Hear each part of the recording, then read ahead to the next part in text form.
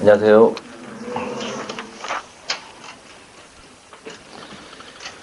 일 번 밑줄수 부분에 대한 설명을 시작한 것. 오른쪽에 보면 출처가 용가 이런 것은 용비어천가 줄임말입니다. 용비어천가를 용가 그러네요.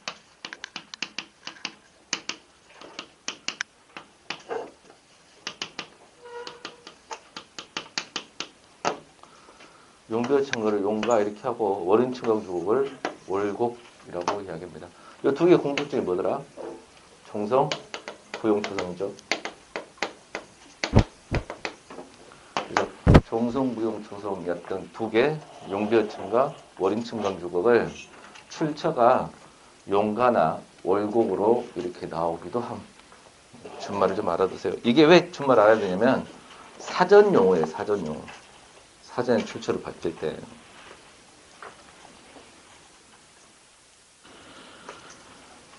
자, 말씀을 살발이 하되 천명을 의심하실세 꿈으로 배하시니, 노래를 부르리 하되 천명을 모르실세 꿈으로 아리시니, 이렇게 했네요. 밑에 해석을 해줬죠. 용비어천가 같은 경우는 1장, 2장, 125장은 해석을 안 써주기도 합니다만은, 그죠? 나머지 장은, 용가 13장 그랬죠. 나머지 장은 해석을 해주는 게 원칙인데 꼭 그런 건 아닙니다. 꼭 그런 건 아니에요. 그냥 해줄 수도 있고 안 해줄 수도 있는데 대부분 해줍니다. 지금까지 기출문제를 보면 그랬더라는 겁니다.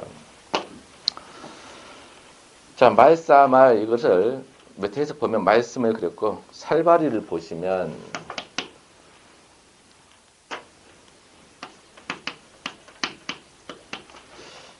이 살바리를 밑에 아뢰리 아니고 아뢰 사람이로 해석을 했어요. 이걸 해석할 때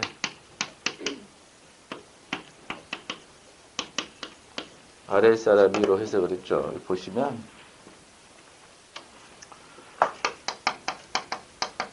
이 삽다가 말하다, 아뢰다 이런 뜻이죠. 사뢰다니까.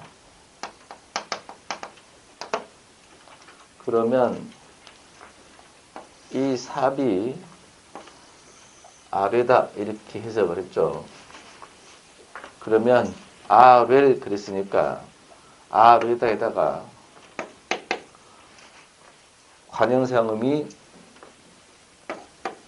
을이나 리을이 들어갔는데 모음으로 끝났기 때문에 리을이 들어간 겁니다.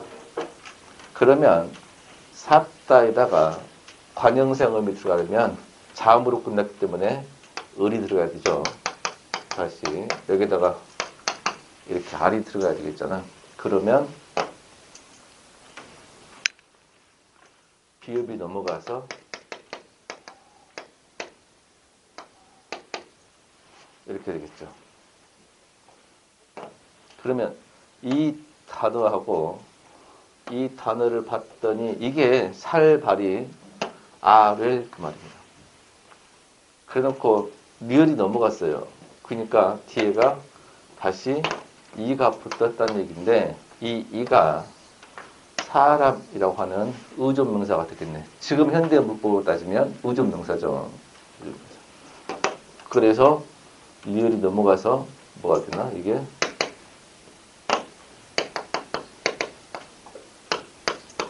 이렇게 됐죠. 그죠? 그러면 이게 여기까지가 즉 요게 아래 사람 이렇게 되어 있습니다. 아래 사람. 여기에 주격조사 이가 붙습니다. 그러면 중세부의 주격조사가 가는 없고 이게 있거나 재료주격이잖아.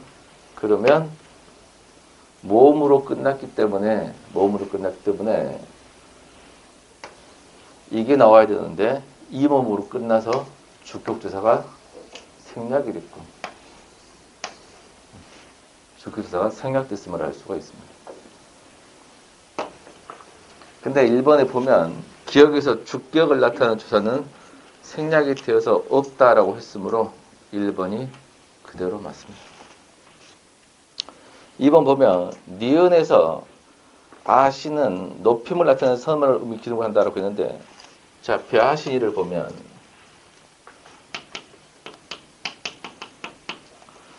자, 벼하시니 밑에 해석을 어떻게 했냐면, 재촉하시니 이랬습니다.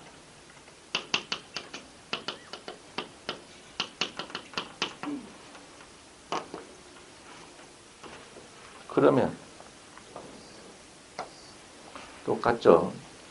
그러면 폐아가 재촉하가 되겠네요. 그죠? 근데 니은에서 아시가 높임을 나타내는 선어머리입니다. 틀렸죠. 뭐라고 해야 돼요? 높임을 나타내는 선어머리는 시밖에 없죠.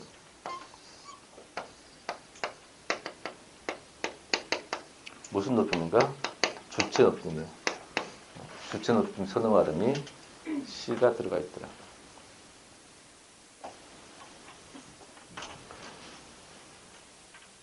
그래서 틀렸습니다.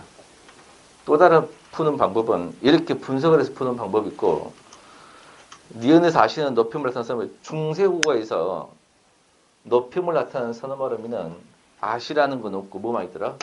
시하고 샤 두 개만 있기 때문에 그 2번 자체는 말이 안 되는 말이죠.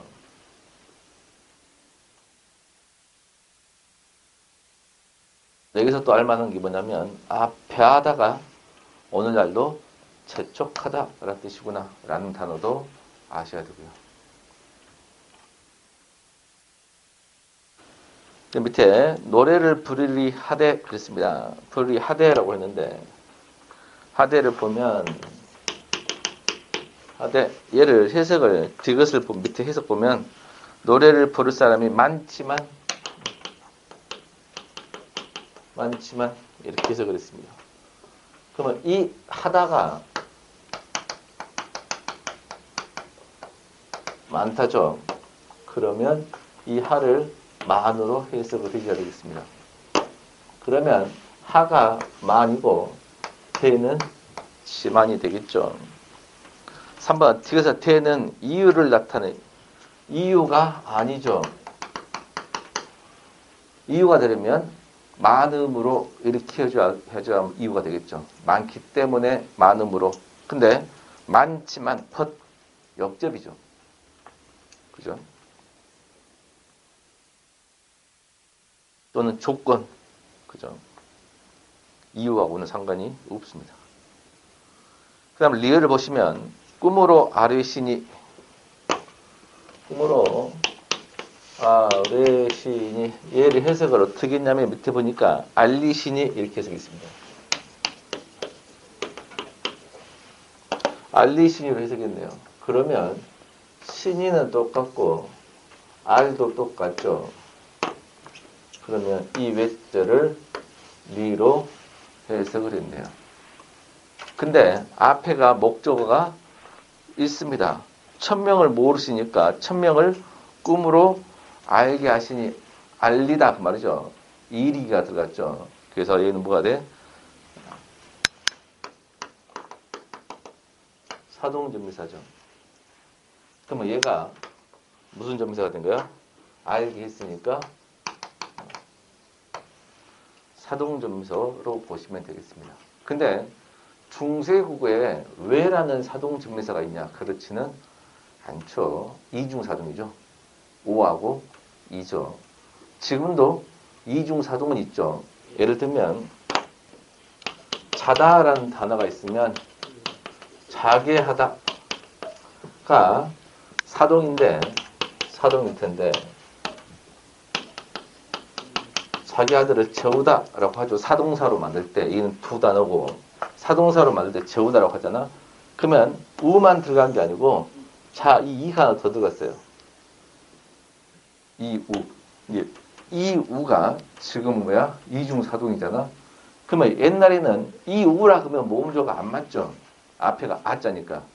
그래서 이 오해서 오이가 들어가서 왜가 된 거죠. 결국 사동인데 이중사동임을 알 수가 있습니다.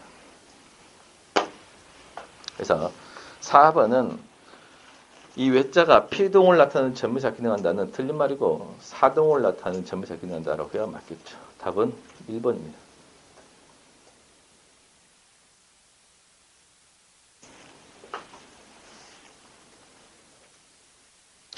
2번. 자, 다음 자를 토대로 중세어 특징을 설명하는데 적절한 거 찾으라겠죠.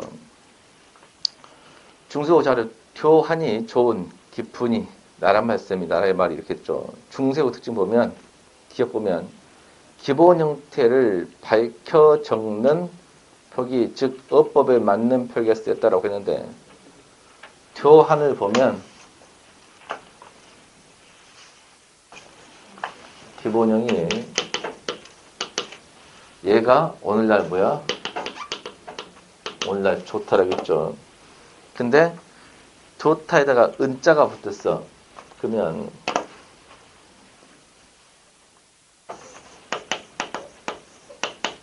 은자가 붙고 싶은데 이러면 모음조가 안 맞죠.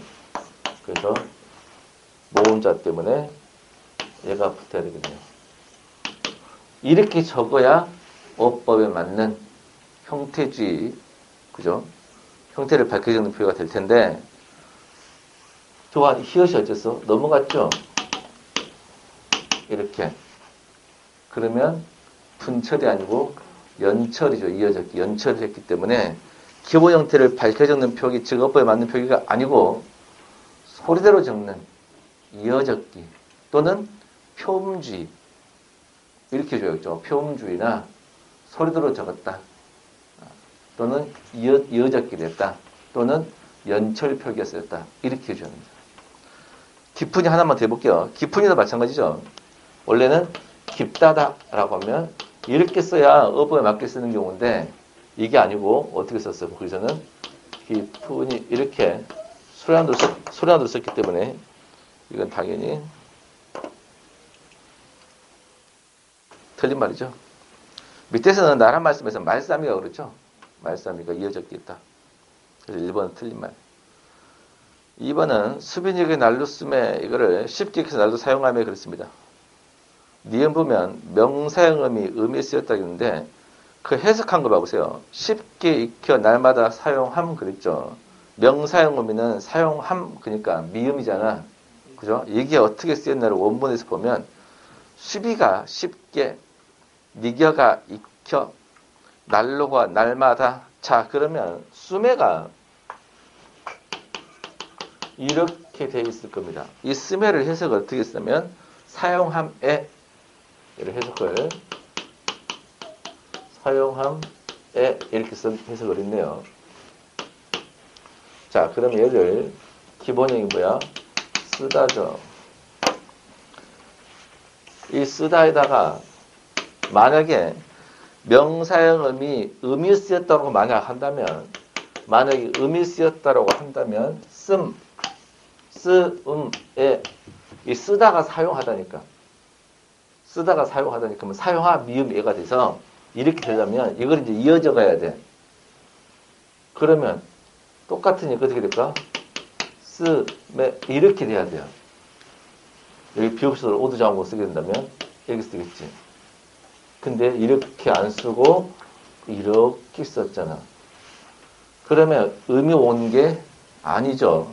그럼 뭐가 왔냐? 쓰다에다가 음이 아니고 뭐가 온 거야? 우가 왔죠. 자, 이게 오면 이어적기를 하면 우가 돼서 숨애가 될 것이고 얘가 이제 이어적으니까 미음이 넘어가서 이 형태가 등장하는 거죠. 그러면 명사형음이 뭐가 쓰인 거야? 옴이 쓰인 게 아니고 음이 쓰인 거죠. 자, 정리를 하면 중세국어에는 명사형음이가 기라는 게 있어 없어? 없죠. 음이 있어 없어? 없죠. 뭐야? 옴 아니면 뭐야? 음이잖아. 양성모이면 옴이고 음성모이면 음이었기 때문에 음이란 자체가 말이 안 돼요. 명사형음이 기도 없고 그래서 이거는 틀린 거죠. 그럼 맞게 고치려면 명사형음이 뭐가 쓰였다? um이 쓰였다 라고 해줘야 되겠네.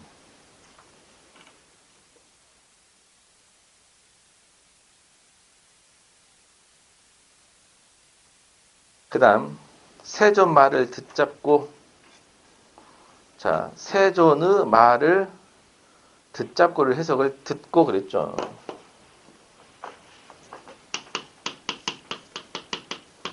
해석을 듣고 라고 했습니다.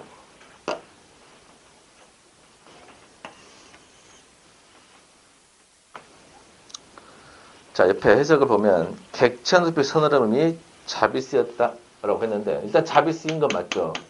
근데 이게 객체 높임 서늘함이냐 라는 건데, 자, 객체를 높이려면 목적어나 부사가 높은 사람이 나왔을 때 객체 높임이잖아. 근데 여기서 목적어가 세존의 말이죠. 세존이 뭐야? 석가세존이잖아. 그래서 석가세존, 즉 부처 석가세존의 말씀을 들은 거죠. 그래서 목적어를 높였네요. 맞죠? 그래서 답이 3번이 답입니다. 이렇게 해도 되고, 아니면 주체 높임일 때는 시하고 샤만 있지만 객체 높임은 뭐뭐 있더라? 삽잡잡이 있었죠. 이 세 개죠. 이게 객체 높임이죠. 그래서 주체 높임은 시샤, 객체 높임은 삽잡잡. 답은 3번.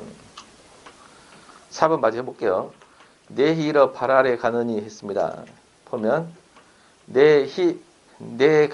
내가가 IM이 아니고 냇물이 그 말이죠. 내가 일어나서 내를 이루어 그 말이야. 바다에 가니 바다에 갔다라고 했습니다. 그러면 내 희가 내 가라고 했었기 때문에 희가 주격수사처럼 쓰인 것처럼 보입니다. 근데 주격조사는 희라는 게 있어 없어? 없죠. 이밖에 없잖아.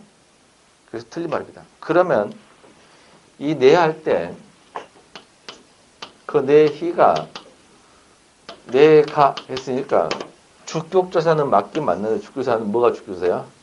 이만 주격이죠.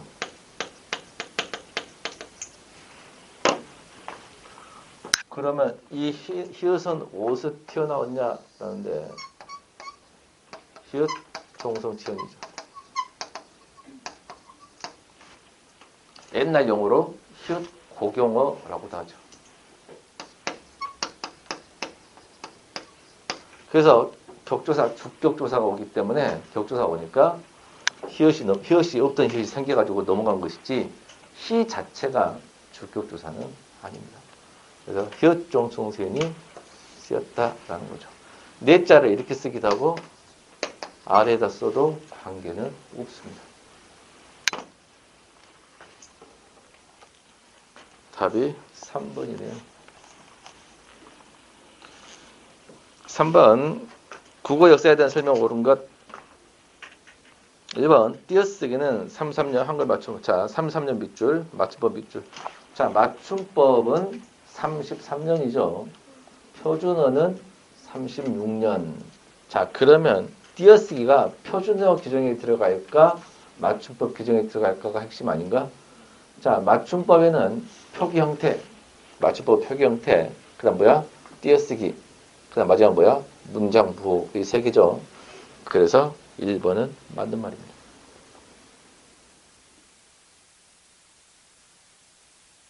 2번 주격조사 가는 중세부터 등장한다? 그렇지가 않죠. 주격조사는 아까 말했죠. 이렇게 세 개. 이, 앞에 이응이 없는 이, 그 다음에 생략. 물론 끼셔, 누구께서 끼셔도 있고, 그 다음에 뉘라셔, 의문사가 있을 때는 라셔도 있긴 합니다. 일반적으로 이렇게죠. 그래서 주격조사 가는 중세국에 등장하지 않고 언제 등장하더라? 그렇죠. 근대 국어에서 등장하죠. 근대 국어라고 하면 임진왜란 이유를 말하죠. 임진왜란 때 등장을 하죠. 임진왜란 이후에. 그래서 중세고 있었던 건 틀린 말이고요. 3번 아리아는 17세기 이후 문에서 나타나지 틀렸죠. 아리아가 정식으로 없어지는 것은 언제냐면 1933년 황을 마치고 통일한 이후에 쓰지 말자 해서 사라진 것 뿐이죠. 그죠? 근데도 간혹 쓰는 사람도 지금 있기는 해. 예? 개인적으로 쓰는 사람도 있긴 하지만 1933년 이후로는 아리아를 쓰지 말자. 물론 임진왜란 이후부터 아리아 음가가 실은 첫 음절과 둘째 음절이 있으면 첫 음절은 아로 바뀌고 둘째 음절 리아는 주로 으로 바뀌었잖아. 임진왜란 이후에 둘째 음절 리아에서 으로 바뀌는 게 먼저 없어져요. 먼저. 여튼 그러니까 다시 임진왜란 이후에 둘째 음절 이하에서 아리아가 으로 바뀐 현상이 나타나기 시작한다고. 완전히 한 번에 없어진 게 아니고.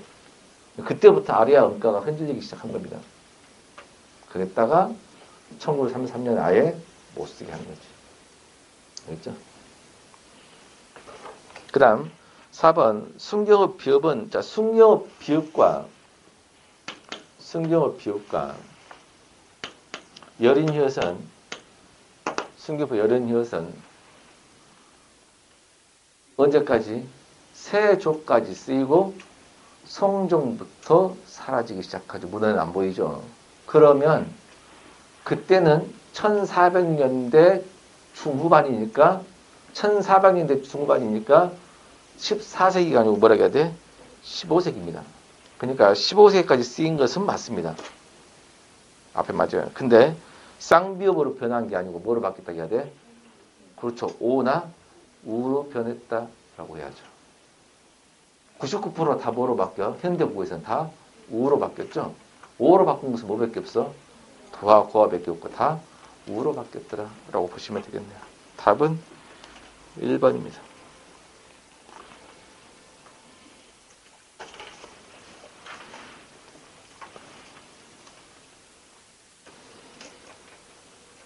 4번 기억에 해당하는 글자인데 내 일할 위하여 여기 새로 28자를 세종이 내가 28자를 만들어 놓으라 그랬잖아.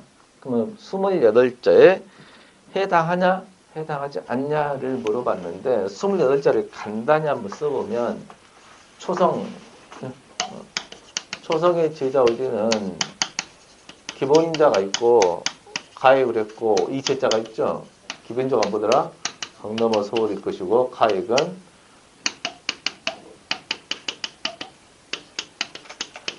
가액을 하면 되겠죠. 이렇게. 그 다음에 이체자가 이렇게 되지 않나? 그죠? 그 다음에 중성의 제자 원리를 보면 중성의 기본자는 뭐야? 천지인 삼지혜를 본때서 상형문자. 그러면 초성이나 중성이나 기본자는 다 상형문자입니다. 기본자는 상형문자고 초성은 기본자에다가 가액의 원리를 했고 중성은 뭐 원리야? 초출문자하고 제출문자를 만들었잖아. 초출은 기본자를 합쳤지. 그러면 기본자를 합용이라고 그래. 합용문자.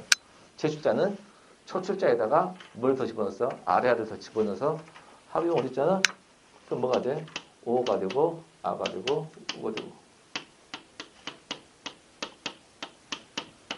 이렇게 해서 초성이 몇 글자더라? 17자. 중성이 몇 글자더라? 11자더라. 특이한 게 있는데 이게 중세고 때 뭐였더라? 단모음이었더라. 그래서 28자를 그러면 종성 글자는 만들었어 안 만들었어?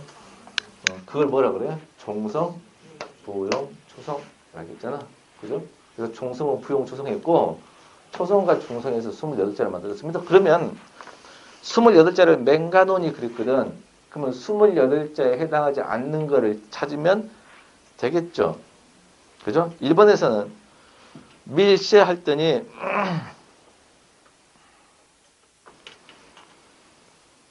해당하지 않는 글자가 있죠. 뭐가 있어? 아니죠. 세할 때 쌍시옷이죠. 28자 해당하지 않죠. 그죠? 그러면 밀 할 때도 우이도 역시 28자에 들어가지가 않습니다. 맞습니다. 둘 다 돼요. 알겠죠? 2번은 가베아픈 했을 때 뭐가 해당하지 그렇지 않은 거 있죠? 순경은 비읍이 있었고 3번은 전차로에서는 어디가 있더라? 없네?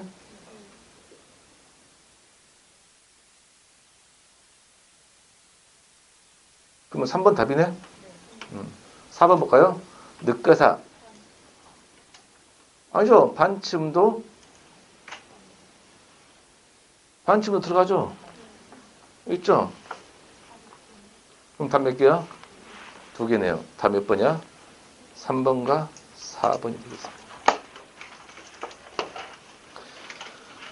자, 여기까지는 첫 번째 페이지, 여기까지는 많이 봤던 문제죠. 그죠? 많이 봤는데 답만 좀 바꿔놨죠. 그러니까 여기까지는 최근 기출문제입니다. 최근 기출문제인데 기출문제를 어떻게 놨어? 완전히 뒤집어 놨죠. 네? 옳지 않은 것을 옳은 것으로 바꿔놓고.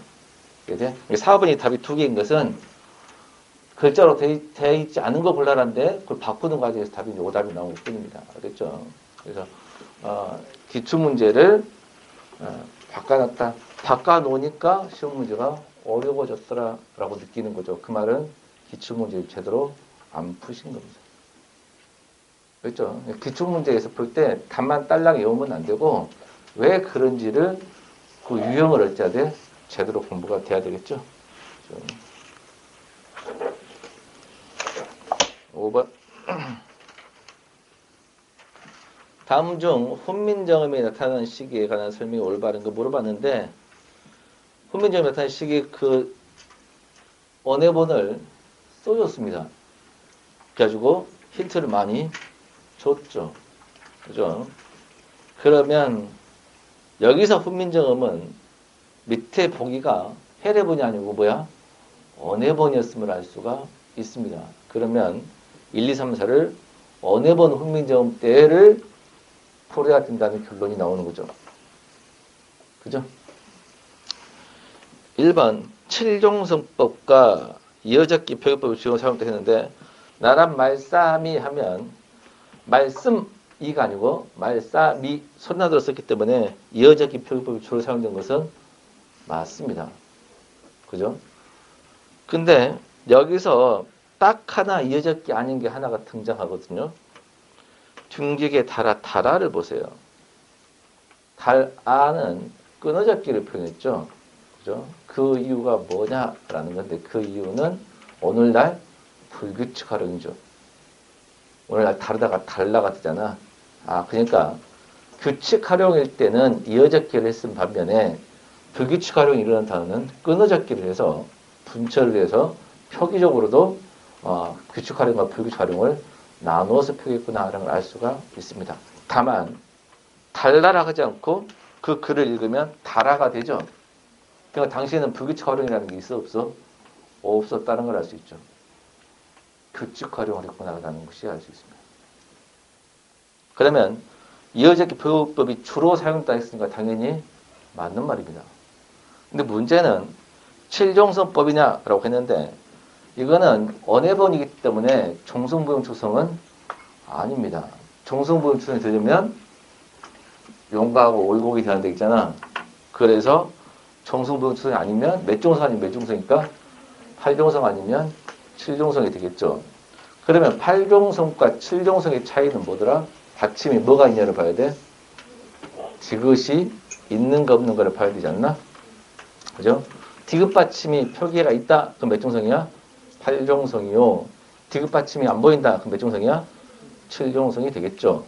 보겠습니다. 나란 말씀이 중기해더라 문자로 서로 삼았대 아니하였어요. 이런 전차로 어린 백성이 일곱 혈배이셔도 마침내 제뜻을 실어 펴디 못 보세요.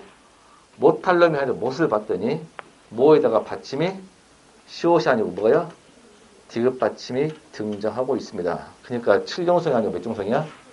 8종성이 확실하죠. 그래서 1번은 틀렸습니다.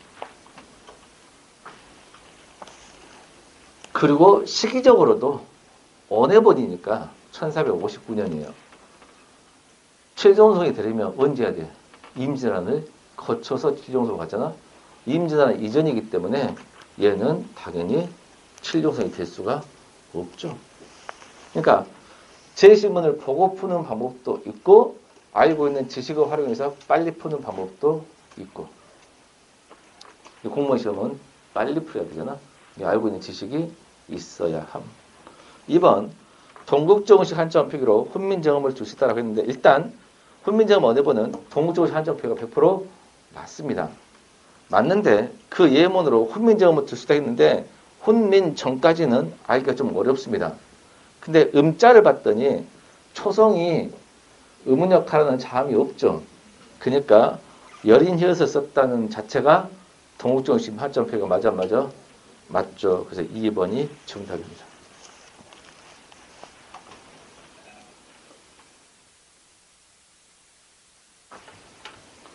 3번 모음자 현상이 철저히 적용되어 자 모음자 현상이 철저히 적용이 된 건 맞나 안 맞나?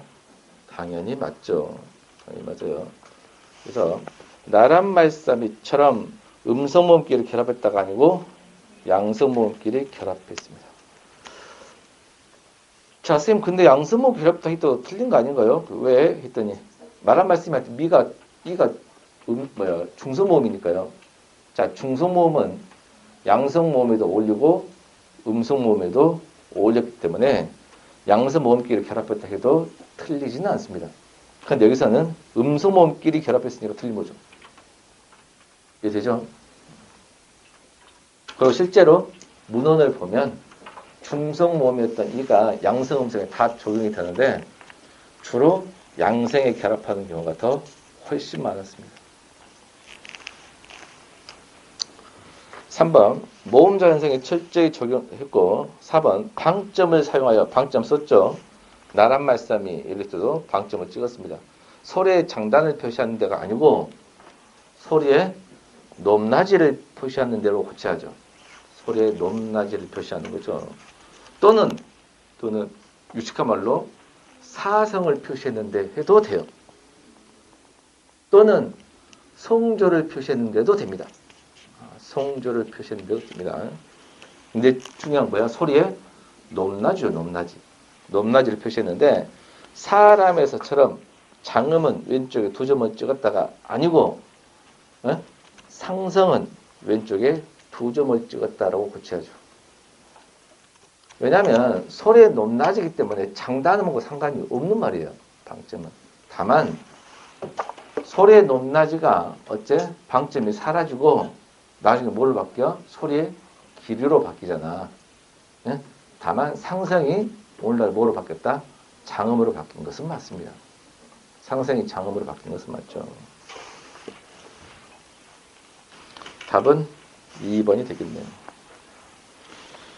6번도 많이 풀어봤던 문제를 좀 살짝 바꿔놨죠. 자, 문제는 니은을 싹 바꿔놨는데 니은을 보면 남포 등 담배라고 했습니다. 우리가 남포하고 담배는 배웠습니다. 남포는 어디서 나온 말이죠? 그죠? 램프에서 나온 말이죠. 램프니까 영어죠. 그러면 서구 외래에서 왔다는 것이 확실하고 담배는 일본 말이야 아니면 서구 외래 말이야? 그렇죠. 서구 외래어죠. 그래서 서구 외래 타바코 서구 외래어이기 때문에 당연히 2번은 니은은 서구 외래어입니다. 그러면 서구 외래어가 개화기 때 들어온 거죠. 그죠? 지금 개화기 아니고 최근에 들어올 수 있는 거 아니에요? 서구 외래어 꼭 그때만 올 수 있나요? 그래서 힌트를 뭘 준 거야? 남포 등할 때 등을 준 거죠. 한자를 입에다 붙여준 겁니다. 이해돼요? 그러니까 일제 식민지 이후에 들어온 게 아니고 그 이전에 한자 표기가 들어올 때 들어왔다는 얘기예요. 이해돼요? 그래놓고 헷갈릴까봐 니은을 맨 뒤로 뺀 지문을 안 넣습니다. 보면 알겠죠? 선지에서. 그러니까 이렇게 확실하게 했기 때문에 이 지기를 받아주지가 않겠죠. 자, 붓먹은 뭐야? 한자어죠? 그러니까 아주 옛날에 들어왔겠지. 그죠? 지금 바리깡 구라포, 바리깡은 뭐더라? 이발기잖아. 이발기가 뭐야?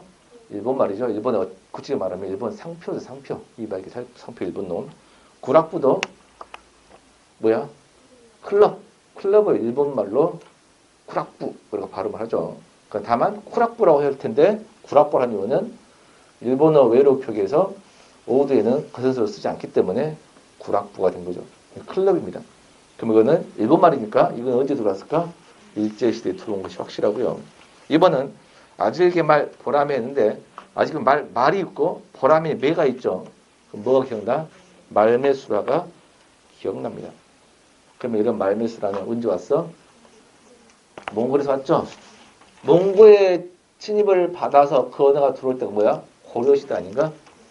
그죠? 아, 이건 고려시대에 들어왔구나 라는 걸 알 수가 있습니다. 그래서 다 몇 번일까? 2번이 되는 겁니다.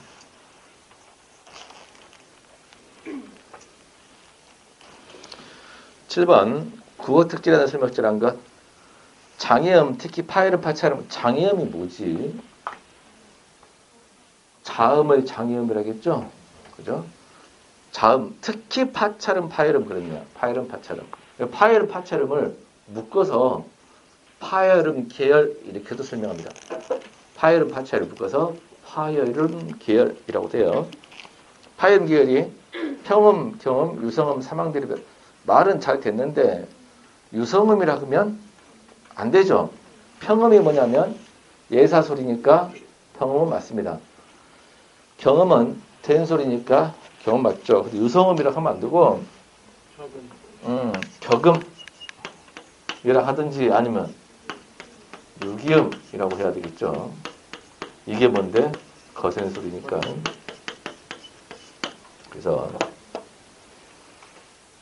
용어를 격음 정도나 유성음이 아니고 유기음으로 바뀌어야겠죠. 유성음이라는 것은 울림소리를 일컫는 말이죠. 2번 조사와 의미가 발달한까지는 맞는데 굴절어가 아니고 뭐야? 교차고 또는 첨가어 부처가 되겠죠. 3번 음절체에 쌍기역, 쌍디귿, 쌍비읍 등 자음이 올 수는 있습니다. 근데 이게 둘 이상 자음이 아니죠. 얘는 자음 개수가 몇 개야? 한 개죠. 그래서 두 개 자음이 아니기 때문에 설명 자체가 틀렸습니다. 4번 화용론 쪽으로 화용론이라는 것은 뭐냐면 대화할 때, 말할 때라는 뜻입니다. 화용이 대화. 이게 대화하는 거 연구하는 이론을 화용론 그래요. 대화하는 말하는 거. 말할 때 소유 중심 언어가 아니고 존재 중심이다. 자, 해부어 브라더 하면 동생이 있다지 동생을 해부 가지고 있다가 아니죠. 가지고 있는 게 아니고 동생이 있다잖아. 그래서 뭐야? 소유가 아니고 존재다. 답은 몇 번이야? 4번은 맞는 말이 되겠습니다. 8번 국어의 특성으로 옳은 거 물어봤는데 수식어가 항상 피수식어 앞에 오죠. 근데 그것은 아니라겠으므로 틀렸습니다. 수식어는 항상 피수식어 앞에 오죠. 2번 음상의 차이로 자 음상이 뭐였더라? 자음이나 모음을 교체를 해서 생기는 느낌 이거를 음상 그랬죠. 이 차이로 인해서 어감이 달라지는 경우는 당연히 많죠. 왜? 노랗다 누렇다 느낌이 달라졌으니까 감감하다 깜깜하다 응? 느낌이 달라졌어요. 근데 음이 분할을 겪지 않는다는 틀렸죠. 음이까지 분화되는 경우가 많죠. 그죠? 맛, 멋 이런 식으로. 그래서 2번도 틀렸고요. 국어는 단어 형성법이 발달되었다. 당연히 맞는 말이죠. 작은 집 벗어나든 같은 파생어와 군소리 날고기도 같은 합성어가 많다. 당연히 맞는 말인데 설명을 잘 보면 작은 집 벗어나든 같은 파생어가 아니고 합성어와 군소리 날고기 같은 파생어가 많다. 그래야 됩니다. 설명 자체가 또 모순되면 틀렸습니다. 4번 감각어는 정서적 유사성 이외에 비유표현과 시작되어 사용된다. 자, 감각어가 시각, 청각, 미각, 후각, 촉각을 감각 그러잖아. 자, 감각어가 예를 들면 짜다, 맛을 느끼는 짜다라고 나왔다. 그러면 정서적 유사성에서 비유적인 표현으로 그 사람 너무 짜다. 그 사람 너무 짠 사람이야. 한 뭐야? 인색하다. 이런 식으로 쓰이죠. 그 사람 너무 매워. 뭐야? 성질이 좀 독하다. 그죠? 너무 싱거워. 뭐야? 흥미롭지도 않다. 야물지 않다. 이런 뜻이잖아. 그래서 그런 감각, 노랗다도 마찬가지야. 노랑이 영감. 인색한 사람. 그 시각도 마찬가지죠. 그래서 감각어가 비주얼 표현으로 확장되는 것이 맞아, 안 맞아? 맞죠. 그래서 우리 구어 특징에 감각어가 발달되었다라고 쓰는 거죠. 그래서 감각어가 발달됐습니다. 그러면 시각, 청각, 후각, 미각, 촉각 중에서 다 발달했지만 그 중에 시각적인 언어가 너무 발달했죠. 옐로 하나로 끝날 것 같다가 노랗다, 누렇다 엄청 많을 뿐더러 또 사람한테까지 노랑이 영감 쓰기 때문에 시각이 엄청 발달했잖아. 그죠? 시각적 색채는 대부분 품사가 형용사입니다. 그래서 4번 떴습니다. 그래서 우리 국어는 형용사가 발달했다. 그래도 틀린 말은 아닙니다. 색채가 대부분 감각어가 형용사가 많기 때문에. 알겠죠? 감각어가 대부분보다 형용사야. 감각어가 발달했다 그 말은 형용사가 발달했다 해도 틀린 말은 아니다고. 그렇죠? 답은 4번이 되었네요. 쉬었다 하겠습니다.